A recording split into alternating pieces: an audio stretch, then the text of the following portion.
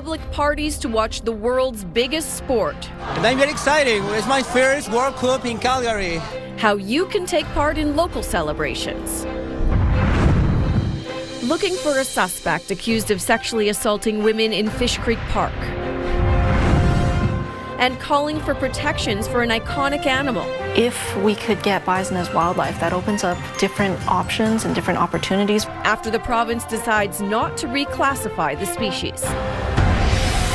CTV Calgary, local breaking news with Alicia Fieldberg. Hello and thank you for joining us. It seems another Alberta health leader is suddenly out, causing concern and frustration from frontline staff. Alberta Health Services has not confirmed the departure, but CTV obtained a memo saying Dr. Peter Jamieson left his role as AHS's Chief Medical Officer and Vice President on Wednesday, and an interim leader will be announced shortly. Dr. Jamieson's role was to oversee the operations of all the hospitals across the province. The former president of Alberta Medical Association says it's another blow impacting an already burdened system. In June, we're having some of our worst overcrowding and access block wait times to get into emerge, to get into hospital, to get cancer care. Usually we get a bit of a reprieve in the start of the summer, and we've had nothing like this. It's pure chaos on the front lines, and to see the leadership change again and again and again, it's very demoralizing. Jamieson is the latest AHS leader to leave since the province began overhauling the health system at the end of 2023.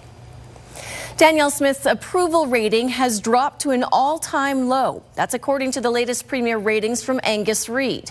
Alberta's Premier now has a 39% approval rating. That's down from 51% a year ago. 46% of respondents strongly disapprove of her, which is the highest of all the premiers. Angus Reid attributes the change to Smith's decision to add a question about separation to October's referendum. The online survey of just over 1,800 Canadian adults was done from May 7th to 11th. Alberta's margin of error is plus or minus 5 percentage points, 19 times out of 20. The UCP government has filed its appeal against a judge's decision to throw out a separatist petition. Last month, the court found the province neglected to fulfill its duty to consult First Nations. The province plans to argue the judge made 14 errors in her decision and failed to give weight to the democratic purpose of the petition process. Danielle Smith has said her government is prepared to challenge this ruling all the way to the Supreme Court if necessary. Calgary's mayor is planning to introduce a motion that would hold elected officials more accountable while serving in office. It follows an RCMP investigation launched earlier this year where cell phones were seized from several past and present members of City Council. Mark Villani has more. Calgary's mayor is calling for transparency. Calgarians deserve to know who is seeking to influence public policy, who they are meeting with, and on whose behalf they are acting. Jeremy Farkas is proposing a motion to establish a municipal lobbyist registry and advance further accountability measures at City Hall. This after Calgary police filed an affidavit in court this week to extend the seizure period of former Mayor Jody Gondek's phone.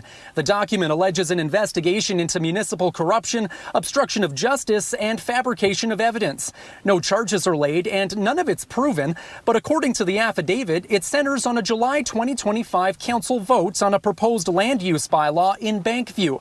Gondek wasn't present for the original vote, which ended in a tie. Police allege David White of Civic Works offered campaign donations in an effort to have the motion reconsidered. A second vote passed 8-5 as then Councillor Sean Chu changed his vote and Gondek cast a ballot. Farkas won't discuss the investigation, but says more needs to be done to address council integrity. It is about building public confidence in our institutions. Some city councillors agree, but are still anticipating the release of a new provincial code of conduct. So, want to make sure before we move forward with anything like that, we just want to make sure there's a consistency there. We don't have one policy that is completely different from what the province wants. Meanwhile, others aren't on board with the idea of a lobbyist registry. It's good that the RCMP are investigating it, but a lobbyist registry would not have changed the outcome of what happened. Ward 2 Councillor Jennifer Wyness says council is jumping to conclusions. When you go and make policy changes without allowing the RCMP to conclude their investigation, you are creating problems and opening doors for other negative impacts. But Democracy Watch says municipal donations in Alberta are essentially legalized bribes, and the donation limit of $5,000 is much higher than an average voter can afford, and that it allows wealthy interests to use money as a means of unethical, undemocratic influence. Mark Villani, CTV News, Calgary. Police have released a composite sketch of the person believed to be sexually assaulting women in Fish Creek Park. Investigators are hoping someone knows the identity of this person and will come forward. Since April, 3 women have reportedly been sexually assaulted near Sue Higgins Bridge and Mallard Point. In each case, they were approached from behind by a young man or teen on a black BMX bike or e-scooter. A Calgary man has been charged following yesterday's stabbing downtown. Officers found the 25-year-old victim near 7th Avenue and 4th Street Southeast. He was in serious but stable condition. Tyree Jordan Alexander has been charged with aggravated assault. And police say the deaths of a woman and child found in a Northeast home yesterday was a murder-suicide. Moses Waldo reports. It's a somber day for those living in the neighborhood of Temple Green Place. Stuffed animals, candy, and flowers rest along the fence of a home where a 42-year-old woman and a 7-year-old boy were found dead Wednesday afternoon after police were called to perform a wellness check. Following autopsies Thursday, the Office of the Chief Medical Examiner ruled the boy's death a homicide, and the woman responsible, his mother, took her own life. It was pretty surreal, I thought, because I was looking at it through the window. It's pretty bad. It's upsetting to us. One neighbor telling CTV about her interactions with the family, saying it will have an impact on the community. It's quiet, it's a whole bunch of small families. There's 2 schools literally a stone throw away from us. So to hear that something like this is going on in such a quiet little neighborhood is pretty mind-blowing. The Calgary Board of Education confirmed the boy attended Annie Foote School and that a message was sent out to the school community regarding the death and support for students affected by the loss. Those close to the family quickly gathered some belongings from the home but did not want to talk about what happened. Out of respect to the family, officials aren't releasing any names. Moses Wildu, CTV News, Calgary. A Calgary lawyer may face discipline for misusing artificial intelligence for a court submission in a recent child custody case. Felisaid Olagbemi won the case for her client, but her assistant helped write the closing arguments and used AI. Now, this is allowed, however, 2 of the 3 cases cited in the statement did not exist. The lawyer is now facing a Law Society of Alberta hearing. Legal experts say this case involving AI hallucinations is not unique. It's basically trying to summarize existing information that it can find. And honestly, if it can't find something, and if you don't prompt the program properly, it will make things up. They're called hallucinations. So that's where it is really important on the one that actually holds the law license to be giving a human eye onto the product before they submit it. Olagbemi told CTV she has no comment on the matter ahead of the hearing. Lethbridge Police Service will begin to use body-worn cameras to record their interactions with the public starting on Monday. Carson Marsouk reports. This program is about strengthening transparency, accountability, and public trust by providing an objective record of police interactions with the public. That's the hope that 165 body-worn cameras will bring to the Lethbridge Police Service as officers begin to wear the new piece of technology Monday. These cameras provide greater confidence in how we serve the community and support safer interactions for both the police and the public. Mandated by the province, 9 officers will begin to test the cameras over the next 4 weeks, with the entire program rolled out by the end of the year. They arrive at a call, seatbelt off, camera on. And to activate the camera, it's just a quick double tap. It gives a quick little tone, vibrates as well for the officer, and then you'll see this red flashing light. That indicates to the public or the member that they're interacting with that the camera is recording. A dedicated media disclosure unit consisting of 4 members will then review all the video, redact it, store it on file, and prepare it for court processes. Cameras will be used during public interactions such as calls for service, traffic stops, arrest and detention, legal demands, and situations where they may assist de-escalation. The program comes with an annual cost of $950,000 a year to operate and maintain the cameras, along with staffing. I think it protects both the officers and the public, and we're really looking forward to that. Carson Marsuk, CTV News, Lethbridge. And the Alberta government has mandated all police services in the province have body-worn cameras in place by the end of the year. Police and school officials in Camrose are investigating social media posts they describe as deeply concerning and harmful. The posts were directed at female students from Camrose Composite High School. Police and the Battle River School Division say due to privacy laws, they're not able to share the details publicly. They say last week they were alerted to the historical group chat involving several youth, and screenshots of the posts were shared widely. Students and parents have been rallying to send a message that these posts are unacceptable. They also believe the students behind them should face consequences.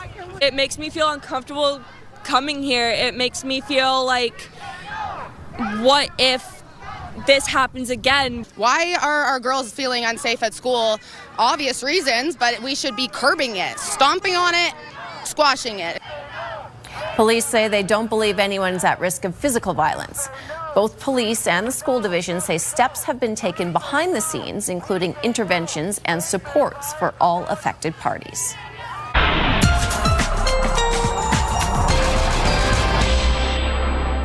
All right, well, we're not done with the rain just yet, but we're so close. It will start to work its way out tomorrow, and it will set us up for a really nice weekend. All right, for the overnight hours and through tomorrow morning, another 5 millimeters of rain is possible in the city. We'll have that on and off rainfall.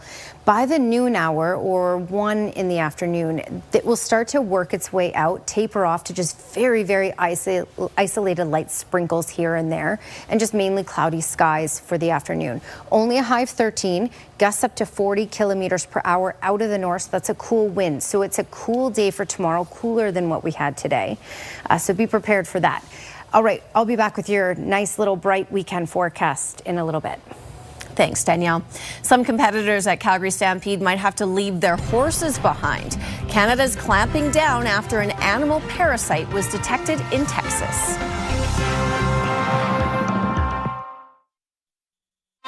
You're watching CTV News, Calgary. Canada's energy sector will need to hire nearly 73,000 workers by 2035. Now, that's according to a new report from Careers in Energy, a division of a National Energy Safety Association. It says those new workers will replace the nearly 54,000 expected to retire.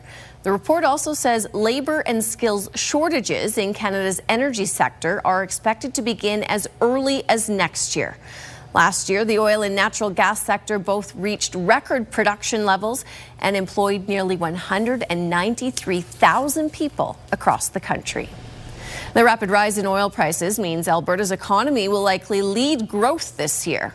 The latest economic outlook from ATB Financial shows Alberta's GDP will grow by 2.6%, much higher than the 0.8% expected nationally. The report says population growth is also boosting construction and consumer spending more in Alberta than elsewhere in the country. There could be big changes to this year's Calgary Stampede because of a tiny pest. Canada has temporarily banned livestock from Texas, including horses, because of an outbreak of screwworm in that state.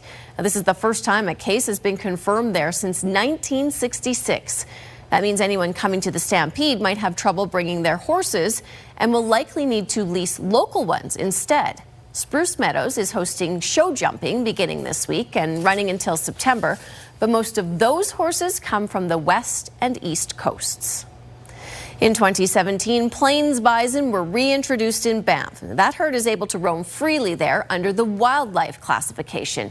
But as they wander outside the national park, calls grow for them to have more protections. Tyler Barrow reports. Banff National Park's bison herd is growing. 16 were introduced into the area in 2017. There are now approximately 150. They're a keystone species, and their role has been absent here for nearly 150 years. The animals are free roaming in the park's eastern slopes and protected as wildlife. Outside of the park, they're classified as livestock. That allows them to be hunted and killed. Animal conservationists want that changed. We could get bison as wildlife. That opens up different options and different opportunities for how we protect them, for how we manage them. But in a statement to CTV News, the Ministry of Environment and Protected Areas says it has no plans to change the classification. A disappointment to those who see the majestic creature as closely connected with Indigenous culture. We have huge potential of reconciliation, creating landscapes. The International Buffalo Relations Institute, an Indigenous-led organization, suggests the province instead designate a portion of the province for plains bison protection. It would like to see an area sweeping west of Highway 22 down to Lundbrook, through Waterton Lakes National Park, and into Milk River over to Cypress Hills. It would be totally doable to have a wildlife friendly around that road from the north to the south, so the bison in Banff could get into the best winter habitat. There'd be certain pockets bison couldn't roam.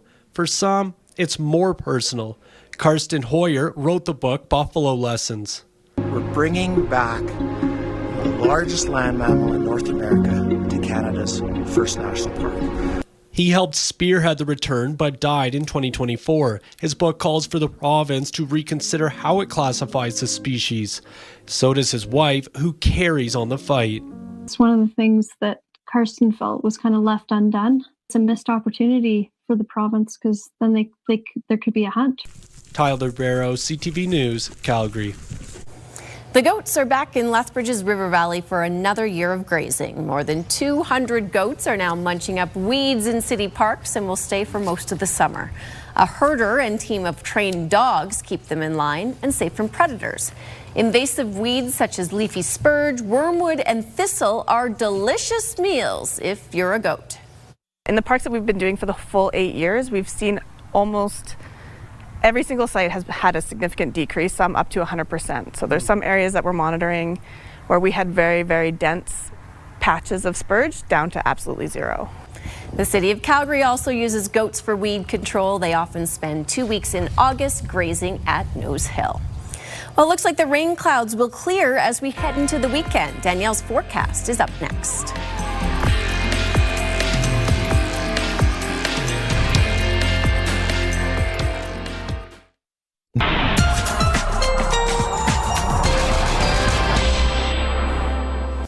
It's been an unstable week. We're not fully done with this yet, but we're done with this soon. It really does shape up for the weekend.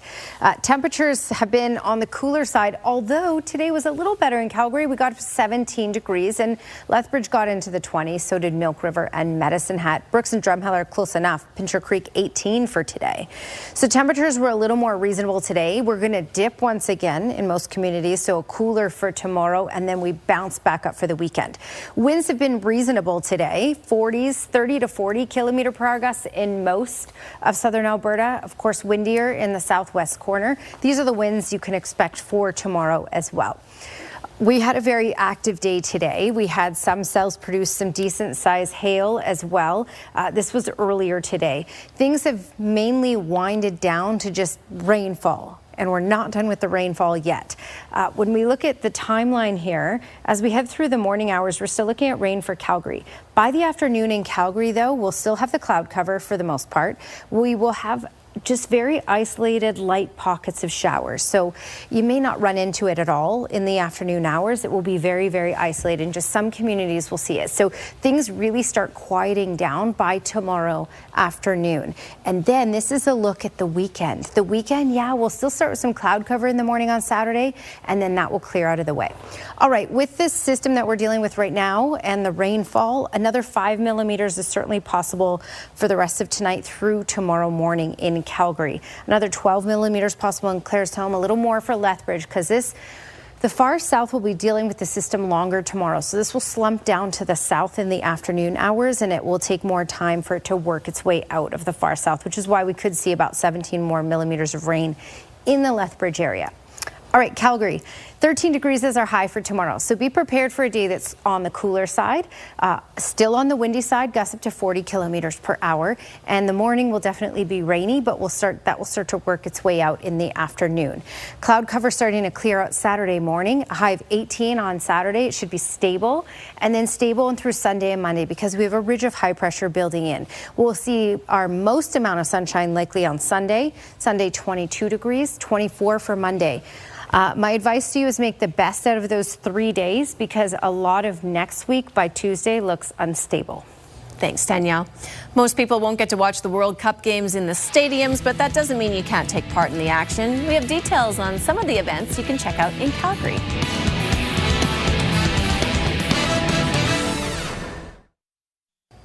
World Cup games started today, and even though Calgary isn't a host city, there are a lot of chances to cheer on the team with other fans. Tim Brooke has more on the excitement and the local economic impacts. It's missing Toronto's training grounds and Vancouver's venue, but Calgary is still jam-packed with World Cup spirit. Mexico fans flooded onto Stephen Avenue Thursday for kickoff. Nationals of one of the other host countries are thrilled. I'm very excited. It's my first World Cup in Calgary. We're very glad to be able to continue celebrating our team in Calgary. This is not the only watch party. Some movie theaters are opening up for a more quiet, focused viewing experience. And across town, fans can also congregate in an unexpected place. Just a preeminent location, family friendly, to come have fun, watch your favorite team, enjoy it with your friends and family, and just soak in the excitement. Even those working at the Calgary Farmers Market are happy. We've got lots of vendors participating, offering special deals, discounts. Expect to see a lot more jerseys like these around town over the next month. I mean, it's been a lot of Canada. I mean, being first-time hosts, doesn't surprise me. We're seeing a lot of different countries, though, with a lot of interest. We're talking Croatia, Scotland, Germany, England. It has been all over the place. Retailers say merchandise demand is high.